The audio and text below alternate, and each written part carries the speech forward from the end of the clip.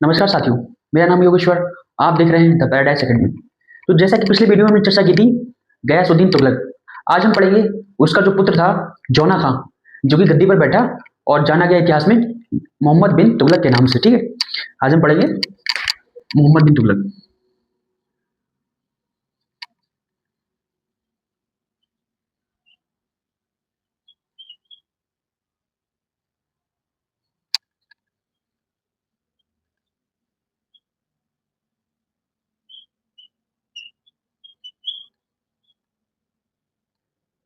ये दिल्ली की गद्दी पर बैठा था 1325 से 1351। ठीक है, ये आपका आज हम पढ़ेंगे मोहम्मद बिन तुगलक। ठीक है, इसके बारे में कुछ बातें जान लीजिए। ठीक है, इसका जो मूल नाम है जौना खां है, जौना खां। कहीं कहीं आपको जूना खां भी पढ़ने को मिलेगा, जूना खां। ठीक है, एक ही नाम है, ध्यान रखिएगा। ये मोहम्मद बिन तुगलक दिल्ली सल्तनत का पहला ऐसा सुल्तान है जो कि सबसे ज्यादा पढ़ा लिखा है। समझ रहे आप? दिल्ली सल्तनत का पहला ऐसा सुल्तान जो सबसे ज्यादा विद्वान, सबसे ज्यादा पढ़ा लिखा, हर क्षेत्र में इसने इसको ज्ञान है, नॉलेज है। ठीक है, हर क्षेत्र में इसने पढ़ाई की है। तो ये सबसे विद्वान शासक है। लेकिन इसकी कुछ योजनाएं थी जिसकी वजह से इतिहास में इसकी इसका जो चरित्र है, इसका जो व्यक्तित्व है, वो विवादास्पद है। ठीक है, कई लोग कहते हैं कि इतना पढ़ा लिखा होने का क्या मतलब, जबकि इसकी सारी योजनाएं विफल रही। तो इसके शासनकाल में, इसका जो शासनकाल है योजनाओं का शासनकाल है। ठीक है, हम उसको समझेंगे।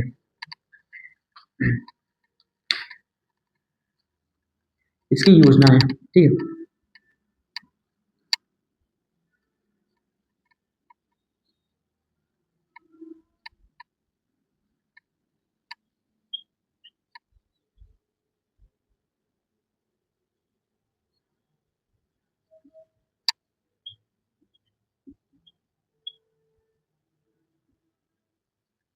मोहम्मद बिन तुगलक की योजना है। ठीक है, जौना खां, मोहम्मद बिन तुगलक जब गद्दी पर बैठा तो उसने अलाउद्दीन खिलजी की तरह जनता में सोने के सिक्के बांटे, चांदी के सिक्के बांटे। ठीक है, अमीरों को, सरदारों को, जो उसके पक्ष में थे या उनको पक्ष में लेने के लिए उनको जायदादें दी, उनको जो रियासतें थी वो बांटी गई। ठीक है, तो खैरात इसने बहुत बांटी, चाहे वो जनता में हो या फिर सरदारों अमीरों में हो। ठीक, उससे हुआ क्या? उससे हुआ ये कि जो राज्य का केंद्रीय कोष था वो खाली होता चला गया। ठीक है, अब उस खाली कोष को भरना और सेना बढ़ाना, क्योंकि मंगोल आक्रमण बढ़ रहे थे जिससे उनका खतरा बढ़ रहा है उत्तर पश्चिम सीमा पर। तो इन सबसे निपटने के लिए उसने जो योजनाएं चलाई हैं तो उनकी हम चर्चा करेंगे। ठीक है, कुछ योजनाएं तो उसने जनता को या फिर सरदारों को सबक सिखाने के लिए दी, या कुछ योजनाएं उसने राजकोष को भरने के लिए, सेना को मजबूत करने के लिए की। ठीक है, उनकी हम सबकी चर्चा करेंगे। ठीक है, कौन कौन सी योजनाएं थी हम क्रमवार समझेंगे। ठीक है, पहली,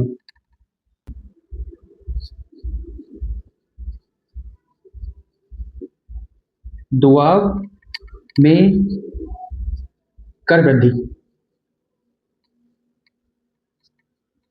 कर वृद्धि, ठीक है, ये योजना चलाई थी 1326 से 1327 ईस्वी। ठीक है, नंबर 2, राजधानी परिवर्तन। राजधानी परिवर्तन, ठीक है, राजधानी परिवर्तन ये आपका 1326 से 1327। ठीक है, नंबर 3, सांकेतिक मुद्रा।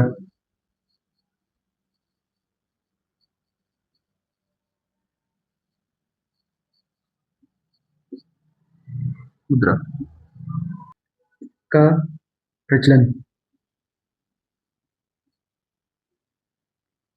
ठीक है, ये था 1329 से 1330 ईस्वी। ठीक, नंबर 4,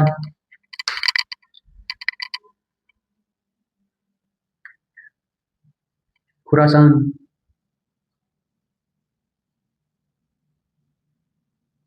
अभियान,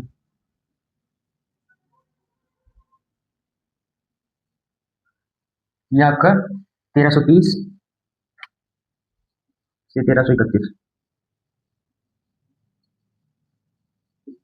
ठीक है। नंबर 5,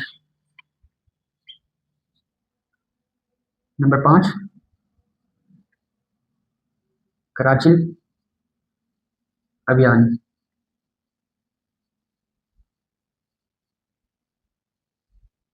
ये आपका हुआ था 1337 ईस्वी। ये आपकी 5 योजनाएं हैं जो मोहम्मद बिन तुगलक ने चलाई है। इन पर हम विस्तार से चर्चा करेंगे। ठीक है। सबसे पहला, दोआब में कर वृद्धि। दोआब में कर वृद्धि 1326 से 1327। मैंने आपको बताया, जब मोहम्मद बिन तुगलक गद्दी पर बैठा तो उसने जनता में सोने के सिक्के, चांदी के सिक्के बांटे। ठीक है। उसके अलावा उसने खैरात में पैसा बांटा, सरदारों को, अमीरों को, ठीक है, इनको पैसा बांटा, जो जागीरें थी वो बांटी। तो कोष तो खाली होगा, क्योंकि कोष कोई ऐसी चीज तो है नहीं कि उसमें से पैसा खर्च नहीं होगा। तो वो पैसा खर्च हो गया, पैसा कम हो गया। अब मंगोल आक्रमण, उत्तर जो सीमा थी, उत्तर पश्चिम सीमा, वहां पर मंगोल आक्रमण बढ़ रहे थे बहुत तेजी से। उनका जो खतरा था वो बहुत तेजी से बढ़ रहा था। उसको काबू करने के लिए, उसको रोकने के लिए इसने दोआब में कर वृद्धि कर दी। आपका जो उत्तर प्रदेश का क्षेत्र आता है, उसमें जो 2 नदियों के बीच का जो क्षेत्र है वो सबसे ज्यादा उपजाऊ है, इसलिए उसको दोआब बोलते हैं। ठीक है। दोआब में कर वृद्धि कर दी 1326 से 1327। इसकी किस्मत भी बहुत ज्यादा खराब थी। इसने जब भी योजना चलाई तो परिस्थितियां इसके अनुकूल नहीं रही। ठीक है। इसकी योजना ठीक थी, लेकिन परिस्थितियां इसके अनुकूल नहीं रही। फिर उनका जो रूपांतरण है, उनको जो लागू करने का तरीका है, वो भी सही से नहीं था। उनका नियोजन सही से नहीं हुआ, उनका जैसे लागू नहीं किया गया। समझिए, दौर में कर वृद्धि करना नॉर्मल बात है, कोई दिक्कत नहीं है, बहुत लोग करते हैं, ऐसी कोई दिक्कत नहीं है।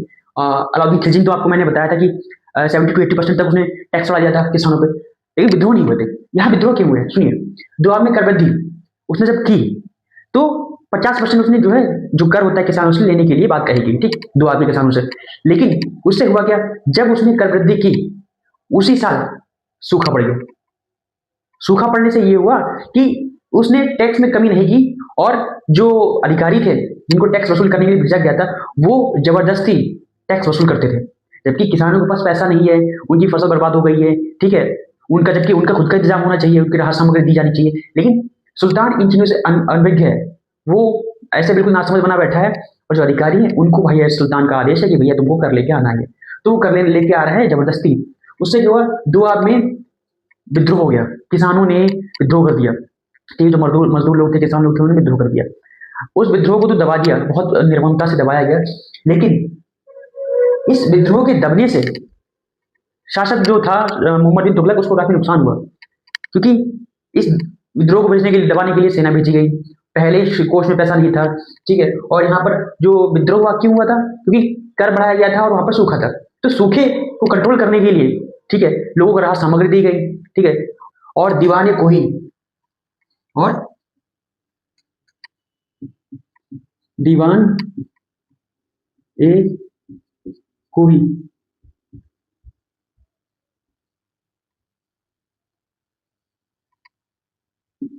दीवाने कोही की स्थापना की। ये दीवाने कोही की स्थापना किस लिए की गई? किसानों को राहत सामग्री देने के लिए, और जो सूखा पड़ा है उसमें जो दोबारा जो नए बीज होते हैं वो देने के लिए, उनको कर्ज देने के लिए, सस्ते सस्ते ब्याज पे वो कर देने के लिए ये सब किया गया। इससे और जो था, जो कोष जो था वो खाली होता चला गया। ठीक है। तो ये योजना विफल हो गई। नंबर 2, राजधानी परिवर्तन 1326 से 1327। अब राजधानी परिवर्तन को लेकर जो तात्कालीन इतिहासकार है, इब्न बतूता है, वर्नी है, फरिश्ता है, ये अलग अलग मत देते हैं। कुछ कहते हैं कि राजधानी परिवर्तन इसलिए की गई क्योंकि जो मंगोल आक्रमण हो रहे थे उत्तर पश्चिम की सीमा पर, तो दिल्ली उनकी ज्यादा दूर नहीं था, उसको दौलताबाद शिफ्ट किया गया, दौलताबाद उसको ट्रांसफर किया गया, ताकि जो मंगोल आक्रमण है उनसे बचा जा सके। ठीक, पहली चीज। दूसरी चीज, दूसरा कारण यह है कि जो बड़ा राज्य है, मोहम्मद बिन तुगलक ने लगभग पूरे भारत पर शासन किया। ठीक है। तो उस राज्य पर नियंत्रण स्थापित करने के लिए जो उसका केंद्र बिंदु है, दौलताबाद, देवगिरी, देवगिरी जो कि अब दौलताबाद है, उस वहां से शासन करना ज्यादा उचित था। ठीक है। ये तर्क है। इसके अलावा जो दुआ में कर वृद्धि हुई थी और दिल्ली की जो जनता थी उसको षड्यंत्र मतलब उसको पनिश करने के लिए, उसको सजा देने के लिए सुल्तान ने राजधानी परिवर्तन किया और इसको बहुत सख्ती से लागू किया गया। और इवन बतूता वो कहता है कि सुल्तान ने एक जो लंगड़ा व्यक्ति था जो दौलताबाद नहीं जा सकता था, उसको उसको जो तोप होती है उसमें बांध के फेंका उसको, ठीक है। पर ये अतिशयोक्तिपूर्ण है, बहुत ज्यादा बढ़ा चढ़ा कर कहा गया है, पर ऐसा नहीं था। जबकि सुल्तान ने दिल्ली से दौलताबाद का जो रास्ता होता है वहां साइड में जो होता है रोड के लंबे लंबे ऊंचे ऊंचे वृक्ष लगवाए, ठीक है। जो नियमित डाक थी उसकी व्यवस्था की और खाने पीने की व्यवस्था की गई, रोड चौड़े किए गए, सुरक्षा के ध्यान दिया गया। तो सुल्तान ने इतना सब किया, ठीक है। और इसके साथ ही साथ सुल्तान का ये कोई आदेश नहीं था कि सबको जाना कंपलसरी है। उसका ये आदेश था कि जिसकी इच्छा वो जा सकता है, जिसकी इच्छा नहीं वो ना जाए। ये आदेश जो था वो किसके लिए था? दरबार राज्य किसके लिए होता है? किससे राज्य बनता है? अधिकारियों से, सरदारों से, अमीरों से, ठीक है। राज परिवार के जो लोग होते हैं और जो सुल्तान होता है। तो सिर्फ आदेश इनके लिए था, ठीक है, ना कि आम जनता के लिए। आम जनता के ऊपर ऑप्शन था कि वो जाना चाहे तो ठीक है, नहीं जाना चाहे तो कोई बात नहीं, ठीक। लेकिन हुआ क्या?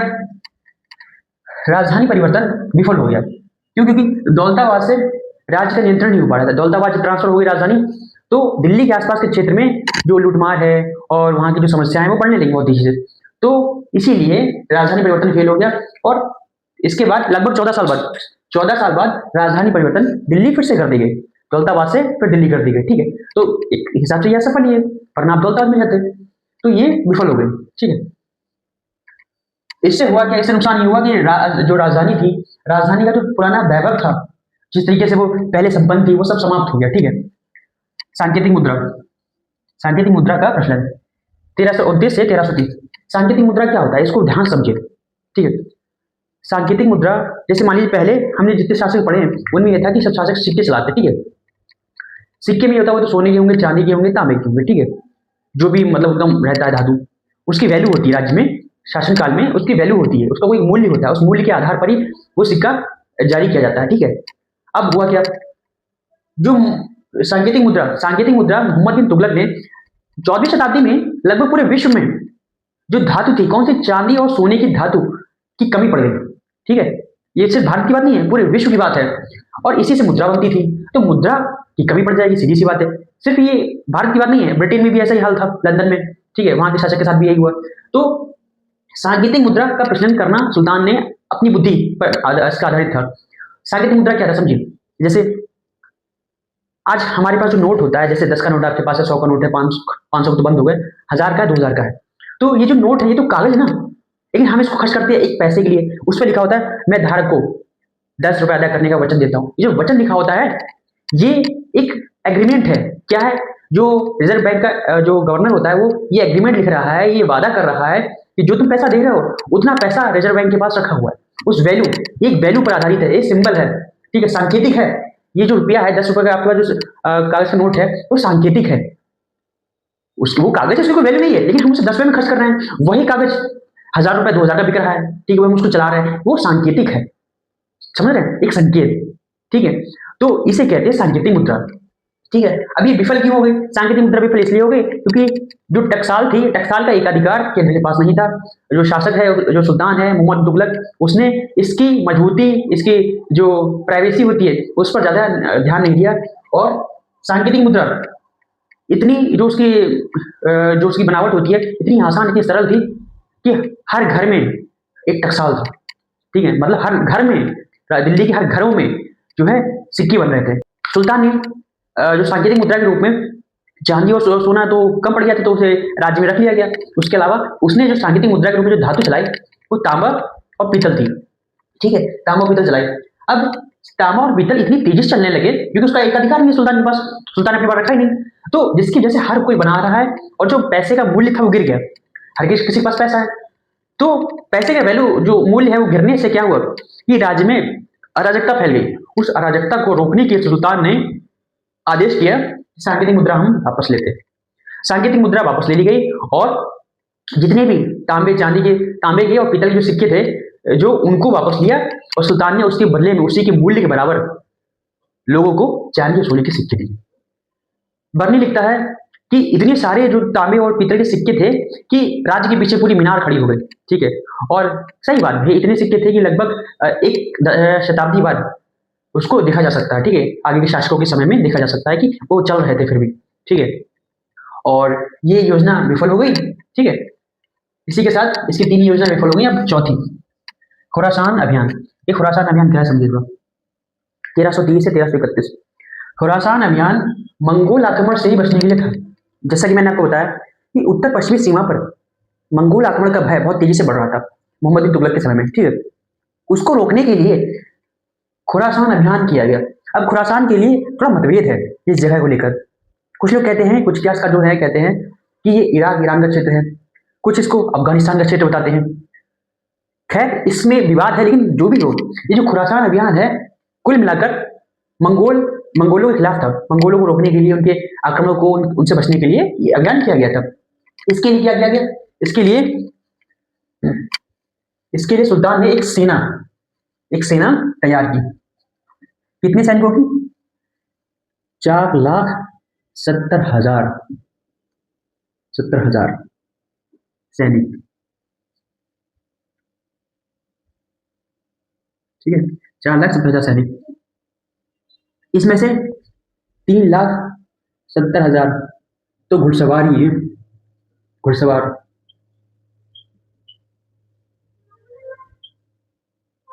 ठीक है, इतने तो सिर्फ घुड़सवार हैं। ये देखिए, तो सेना काफी बड़ी थी।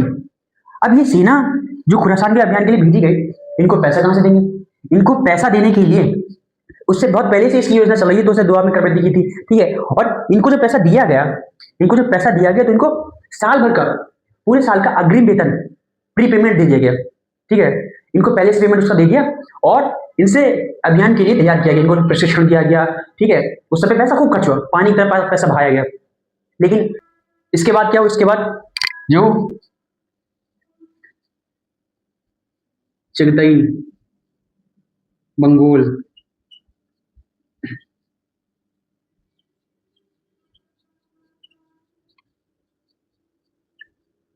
टर्माशरीन, ठीक है, चगताई मंगोल टर्माशरीन, ये मध्य एशिया के में जो एक शासक से हारा और फिर ये भारत आया, ठीक है। अभी भारत जब आया, ये बात है आपकी 1327, ठीक है। अब 1327 की बात है, ये आया। अब खुरासान अभियान पहले से तैयार चल रहा था, ठीक है, 1330 1331 में करना है। अब उसके लिए सेना तैयार कर ली गई थी, इतना उसको, इतनी सेना, उसको कितना पैसा दिया गया, उसका प्रशिक्षण आप कुछ सोच सकते हैं। और जो किसके खिलाफ करनी थी? मंगोल के खिलाफ करनी थी। मंगोल शासक खुद भारत आ गया। अब ये जो भारत आया है, इससे सुल्तान की मित्रता हो गई, इसकी संधि हो गई कह लीजिए, और ये मोहम्मद बिन तुगलक का मित्र बन गया। मोहम्मद बिन तुगलक ने इसको 5,000 दीनार 5,000 दीनार दी, ठीक है, 5,000 दीनार दी, ताकि ये इन रुपए से जाकर मध्य एशिया में अपनी सेना बनाए और फिर से अपने राज्य को वापस ले ले, ठीक है। ये इनसे मित्रता हो गई और ये अभियान विफल हो गया। जो पहले से प्लानिंग चल रही थी वो हमारा विफल हो गया। अब जो सेना थी, 4,70,000 की सेना जो थी, उसको जो तुमने पैसा दिया, पैसा तो वापस नहीं ले सकते, सेना ने किस कर लिया होगा, उस पैसे को तुमने नहीं ले सकते, तो ये पैसा बर्बाद। सेना को प्रशिक्षण दिया, वो बर्बाद। अब करना क्या था? ठीक है भैया, हमने प्रशिक्षण दिया तो हमको एक और अभियान कर लेते हैं, ठीक है। तो इनने कराचिल अभियान शुरू किया 1337 से 1337 ईस्वी में। तो ये अभियान भेजा गया, कब भेजा गया? 1337 में। ये कराचिल कहाँ पड़ता है? हिमाचल प्रदेश की एक जगह है, ठीक है, पहाड़ी क्षेत्र है, वहां पर पड़ता है। वहां पर अपने नियंत्रण स्थापित करने के लिए, ताकि जो चीनी आक्रमण है उनको रोका जा सके, ठीक है। तो वहां पर ये कराचिल अभियान किया गया। अब हुआ क्या इसमें? कराचिल अभियान विफल क्यों हुआ समझिए। सेना को पहाड़ी क्षेत्रों में युद्ध करने का कोई भी प्रशिक्षण नहीं दिया गया, उनको कोई अनुभव नहीं था पहाड़ी क्षेत्र का और बर्फीले ठंडे प्रदेशों का, उससे कोई अनुभव नहीं था, जिसके कारण वहां पहुंची सेना का पहले तो वहां की जनता ने विरोध किया, ठीक है। और वहां पर जो पहाड़ी क्षेत्र होते हैं, वहां के ऊपर जो लोग रहते हैं, उन्होंने पत्थर फेंक फेंक के इनको मार दिया, मैक्सिमम लोग तो, ठीक है, वो बिखर गई, सेना इधर हो गई। इसके साथ ही साथ जो रसद थी, इनकी रसद का मतलब होता है जो खाने पीने की सामग्री होती, वो बहुत बेकार क्वालिटी की थी, जिसकी वजह से आधे लोग भूख से मर गए। इसके साथ ही साथ जो वहां बचे हुए लोग थे, भटकने से मर गए, ठीक है। और ये कराची अभियान विफल हो गया। 4,70,000 की सेना मारी गई। बचे हुए जो लोग थे वो बीमारी में मारे गए, वहां पर सर्दी में बीमारी फैल गई तो वो मर गए। कहा जाता है, बरनी कहता है बर्नी कहता है कि मात्र 10 सैनिक, मात्र 10 सैनिक वापस आए। 4,70,000 की जो सेना थी उसमें से मात्र कितने, 10 सैनिक वापस आए। इवन बतूता कहता है कि 3 सैनिक वापस आए। ठीक है, तो कुल मिलाकर ये अभियान विफल हो गया। इस अभियान से जन हानि हुई, सैनिक हानि हुई, आर्थिक हानि हुई, सैन्य हानि हुई, हर तरीके की हानि हुई, फायदा कुछ नहीं हुआ। तो ये जो इसकी योजनाएं थी, ये हमने 5 योजनाएं देखी। दुआ में कर वृद्धि विफल, ठीक है, राजधानी परिवर्तन विफल, सांकेतिक मुद्रा विफल, खुरासान अभियान विफल, कराची अभियान विफल। तो इतने सारे जो उसने अभियान किए, इतनी जो योजनाएं उसकी थी, वो सारी विफल हो गई। तो इसका मतलब क्या वो अयोग्य था? पहली चीज, अगर अयोग्य होता तो 1325 से 1351 तक शासन नहीं करता, ध्यान रखिएगा। दूसरी चीज, वो योग्य था लेकिन उसकी जो योजनाएं थी समय से बहुत आगे थी। मतलब उस समय में लोगों को उतना उसकी योजनाएं समझ में नहीं आ रही थी। लेकिन आज के समय में देखिए, सांकेतिक मुद्रा चल रही है, राजधानी परिवर्तन करना बहुत आसान है, ठीक है, कर वृद्धि तो आज के जमाने में कितनी ज्यादा है। तो उसकी योजनाएं समय से बहुत आगे थी, लोग समझ नहीं पाए और वो खुद उनको सही से उनको लागू नहीं कर पाया, उनका प्लानिंग नहीं कर पाया। ठीक है, ये सभी बहुत जरूरी होता है। तो ये सभी कारण जो है उसकी योजनाएं विफल होने के लिए उत्तरदायी थी। ठीक, तो आज के लिए इतना ही। अगर आपका कोई सवाल हो तो आप कमेंट कर सकते हैं, ठीक है। और कल हम पढ़ेंगे इसके आगे, इसके विद्रोह, इसकी धार्मिक नीति और फिर इसका मूल्यांकन। ठीक है, आज के लिए इतना ही, चलिए मिलते हैं नेक्स्ट वीडियो।